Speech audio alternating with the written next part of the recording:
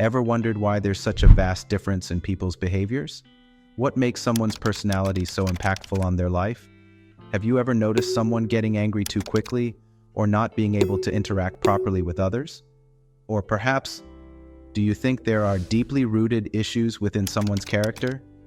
If yes, then you're in the right place. Today's topic is personality disorders, meaning illnesses related to personality.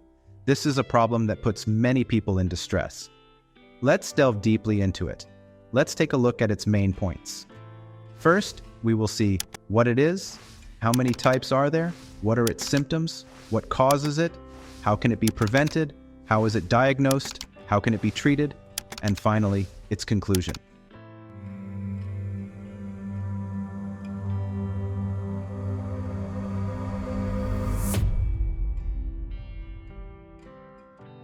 First, let's understand what personality disorder is. Personality disorders, or illnesses related to personality, are conditions where an individual's way of thinking, feeling, and behavior with others causes problems in their daily life. Imagine feeling like people are not understanding you all the time, or you are always in confusion, but you can't figure out what the problem is. These issues are so deep that they make living a normal life difficult. I hope now you have a bit of an idea about personality disorder. Now let's move on to the next point, where we will learn about its types. There are several types of personality disorders, each with its own symptoms and identification methods. Some of the important ones are borderline personality disorder, where an individual faces instability in relationships and intense emotions. Next, narcissistic personality disorder, where an individual considers themselves better than others and lacks regard for others. Next, avoidant personality disorder, where an individual avoids social situations because they fear rejection. Friends, these were some common or important types. Now we move to the next point, where we will look at its symptoms. There are many symptoms of personality disorders, but we have covered some common symptoms in this video. Some common symptoms of personality disorders are difficulty in forming or maintaining relationships with others. Next, extreme mood swings or rapid changes in emotions. Next, holding misconceptions or misunderstandings about oneself or others. Next, trying to avoid social situations. So friends, these were some common symptoms of personality disorders. If you know any other symptoms, please write them in the comment box. Now, we will see what causes them. Just like there are many symptoms, there are also many causes, but we have covered some common causes in this video. There can be various reasons. Let's start with environment and social circumstances. Personality development is influenced by your upbringing and care quality. Risks for personality disorders include, first, chaotic family life with issues like parental alcoholism or mental health struggles. Second, lack of caregiver support, especially post-trauma. Next, early life experiences. Childhood experiences significantly influence personality and coping mechanisms, which may not always be beneficial in adulthood.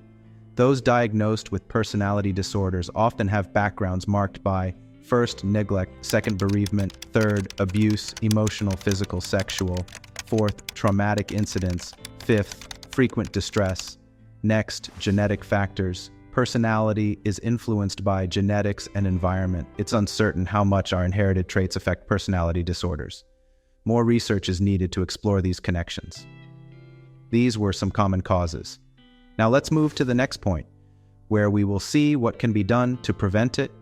There are some simple steps that can be followed to prevent personality disorders. Let's see. Regular mental health checkups. Next, regular exercise or yoga to reduce stress. Next, taking care of a healthy diet and good sleep. Next, seeking psychological help when needed. These are some common steps by following which personality disorders can be prevented. Now, let's move to the next point, where we will learn how its diagnosis or testing is done. Let's learn how the diagnosis is conducted. For diagnosing personality disorders, mental health professionals engage in detailed discussions with you, understanding your history. Sometimes, some psychological tests may also be conducted. These are some steps through which the diagnosis is made. Now, let's move to an important point where we will learn how it can be treated. Treatment for personality disorders is possible. There are some specific remedies. Let's begin. Psychological counseling, such as therapy sessions. Next, in some cases, medications can also be helpful. Next, participating in self-help groups or support groups can also prove to be beneficial. So friends, this was today's discussion on personality disorder. If you feel there is something missing in any point, please let us know in the comment box and share your strategies. Lastly, let's look at its conclusion.